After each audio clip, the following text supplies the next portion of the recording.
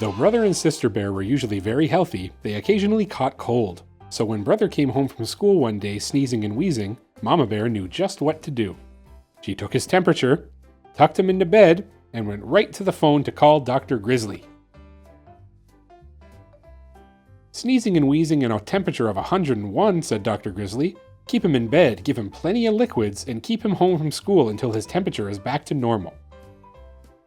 Mama followed the doctor's orders, and little by little Brother's temperature began to go down. "I feel a little better," he said. "May I get out of bed?" "I'm afraid not," said Mama. "The doctor wants you to stay in bed." "But there's no reason why your stay shouldn't be as pleasant as possible." "Papa," she called, "would you bring up the portable TV?" The portable had remote control, and pretty soon Brother was having a fine time switching from one cartoon show to another. When he tired of TV, he got out his comic books, and when he tired of those, Mama brought him his dinosaur collection. There was no doubt about it, except for his sniffles, Brother Bear was having a pretty good time. So when Sister Bear brought home a folder of schoolwork for him, he hardly looked at it. He was much too busy having fun. But while he was at home having fun, his fellow students at school were hard at work. In the classroom, where Teacher Bob was teaching a new math lesson. They had learned to add, subtract, and multiply, and now they were learning to divide. On the soccer field, where Coach Bruin was getting the team ready for the big game against Beartown, "Cousin Freddie," he called, "take Brother's place at forward, he's out sick." "Yes, sir," said Freddie. This was the chance he'd been waiting for. It wasn't until Brother was all better and ready to go back to school that he remembered the folder of work. "Oh well," he thought, "I'll study it on the bus." But that's where he heard about Freddie and the soccer team.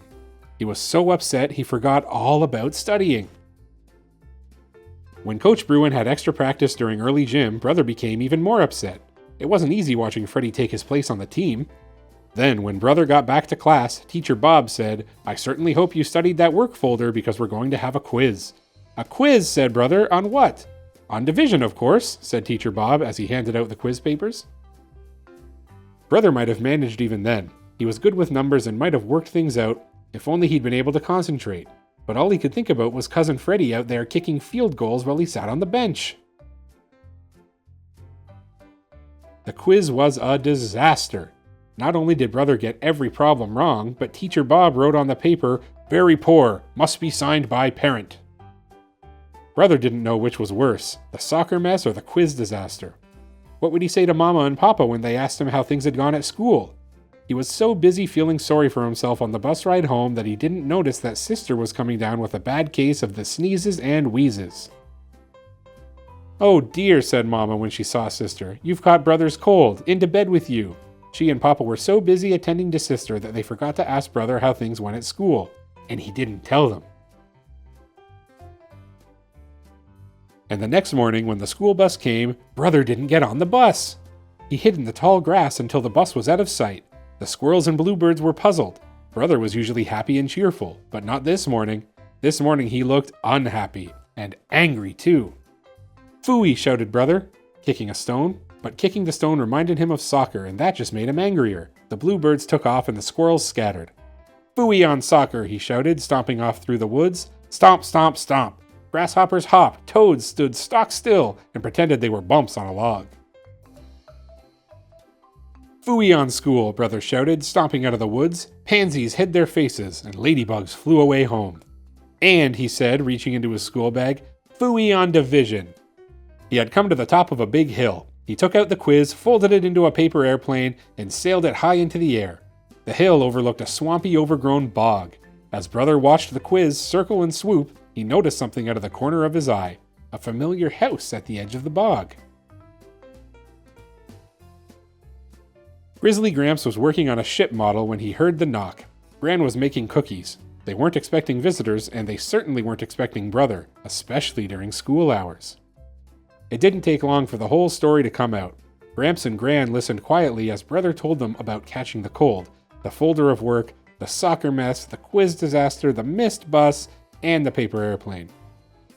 "Come with me, young feller," said Gramps. "I want to show you something."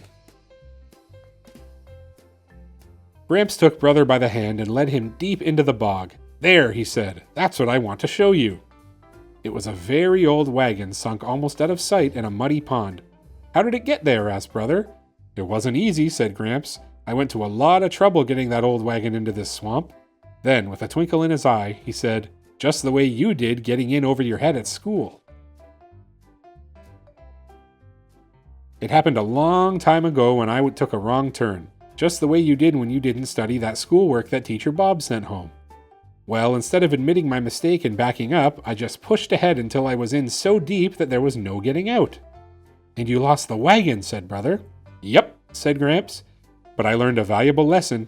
If you find yourself on the wrong road, don't just keep on going until you're in over your head. Back up and start over on the right road." "Well, how am I going to do that?" asked Brother. "Oh, I think we can manage. But first, look over there," Gramps said, pointing. There it was, the paper airplane, caught in a berry bush. "What do you think they'll say?" asked Brother later as they bounced along in Gramps' pickup. "We'll find out soon enough," said Gramps, pulling to a stop in front of the big treehouse. "And let's not forget Gran's bag of cookies. They're her finest." Mama and Papa weren't exactly pleased when they heard about the big mess Brother had gotten himself into, but they didn't holler and pound the table either, not even Papa. He looked like he might be going to when he saw the paper he had to sign. Gramps had tried to flatten it out, but it was still pretty wrinkled. "What happened to this?" he asked. "Oh," said Gramps, "it just sort of got folded a bit." That's when he brought out Gran's cookies. There were 10 of them. "Let's see now," he said. "There are 5 of us counting Sister, so how many cookies do we get each?" "2, of course," said Brother, dividing them up. "Don't look now, young feller," said Gramps with a wink, "but you just divided 10 by 5. "Is that all there is to dividing?" said Brother. "That's all," said Gramps. "Come along," said Mama in her no-nonsense voice. "Where are we going?" asked Brother. "To school," Mama said as they got in the car. "But it's so late," protested Brother. "It's never too late to correct a mistake," Mama said as they went off. Brother got to class just in time for a retest. The class hadn't done very well on the division quiz, so Teacher Bob was giving them a second chance.